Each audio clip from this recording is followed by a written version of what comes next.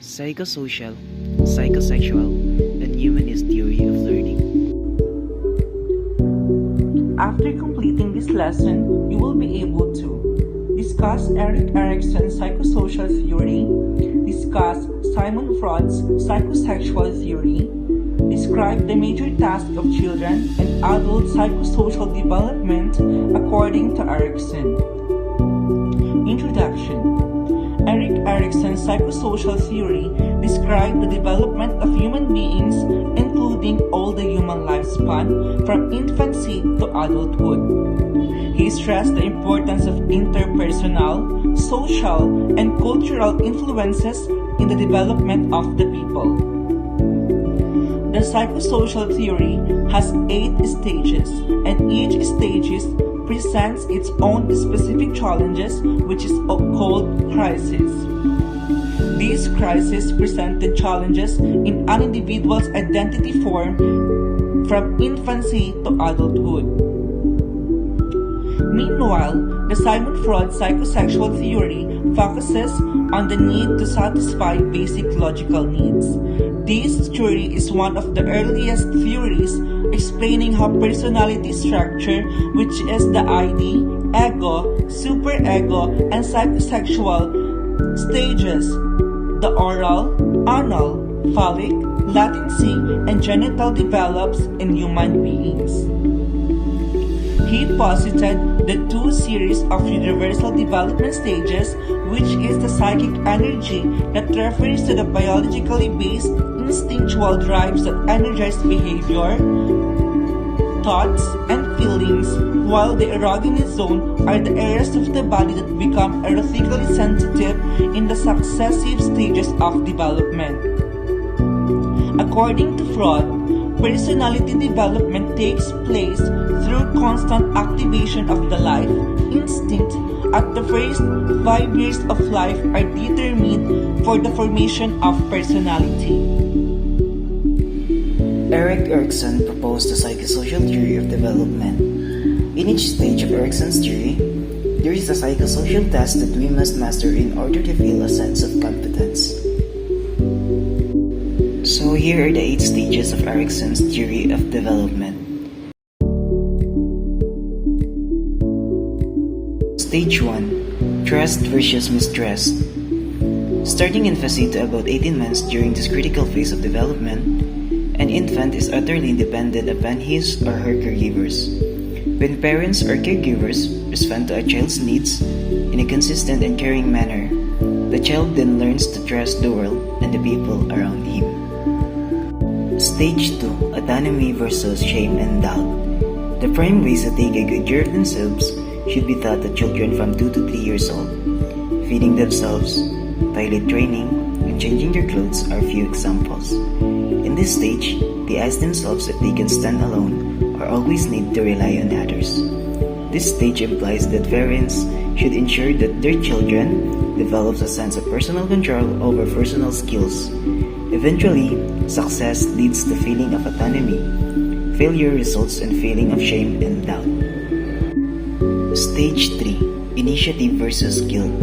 The third psychosocial stage is known as initiative versus guilt and occurs between the ages of about 3 and 5. This stage is centered on developing a sense of self-initiative.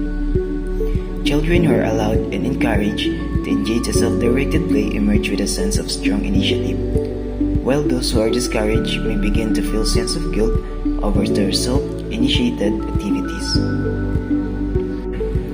Stage 4. Industry versus inferiority. During middle childhood between the ages of about 6 and 11, children enter the psychosocial stage known as industry versus inferiority. As children engage in social interaction with friends and academic activities at school, they begin to develop a sense of pride and accomplishment in their work and abilities. Children who are praised and encouraged develop a sense of competence. Those who are discouraged are left with a sense of inferiority. Stage 5. Identity versus role confusion. Social relationships play a vital role at the age when their sexual identity is developed. Discovery on oneself comes with the thought of where one should fit in a social circle.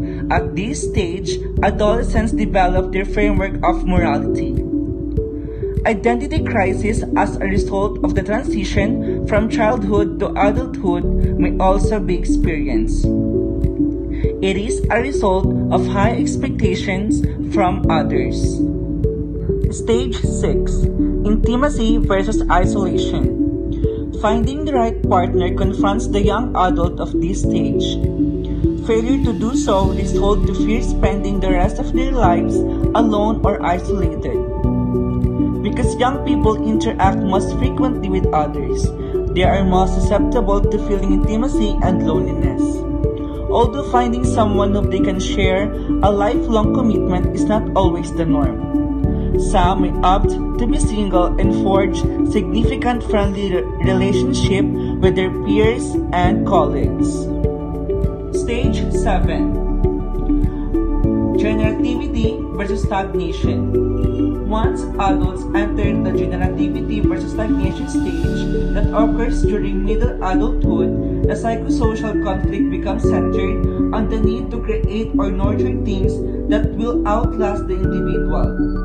Raising a family, working, and contributing to the community are all ways that people develop a sense of purpose.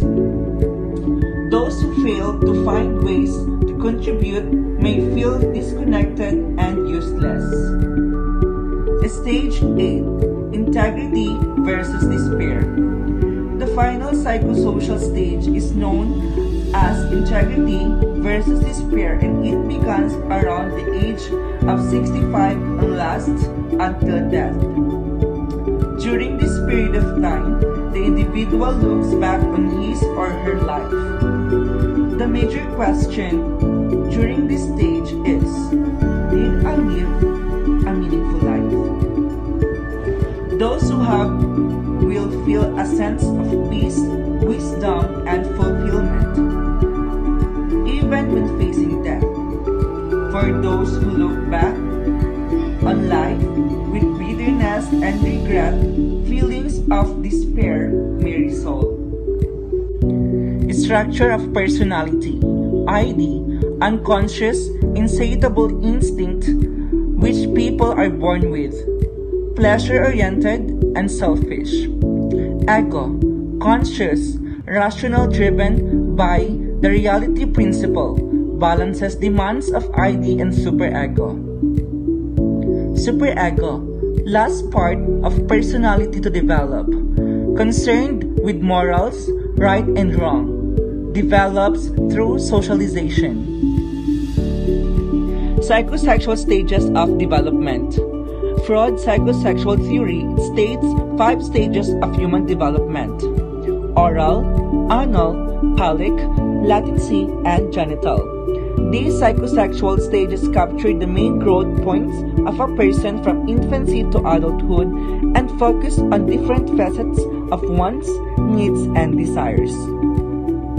The oral stage. First 18 months of life, the infant's pleasure centers around the mouth.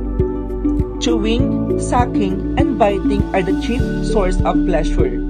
The anal stage, between 18 months and 3 years, the child's greatest pleasure involves the anus or the eliminative functions associated with it. Freud believes that the exercise of anal muscles reduces tension. The phallic stage, between 3 and 6 years. Pleasure is mainly focused on the genitals as the child discovers the self-manipulation is enjoyable, Oedipus complex. The latency stage, approx between 6 and puberty. The child represses all interest in sexuality and develops social and intellectual skills. The genital stage, from puberty on. The source of sexual pleasure becomes someone outside of the family.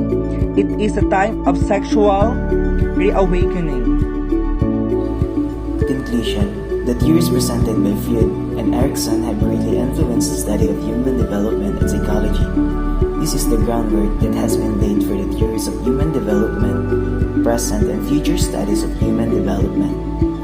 Each theories provides substantial knowledge and will continue to influence the improvement in studies for human development.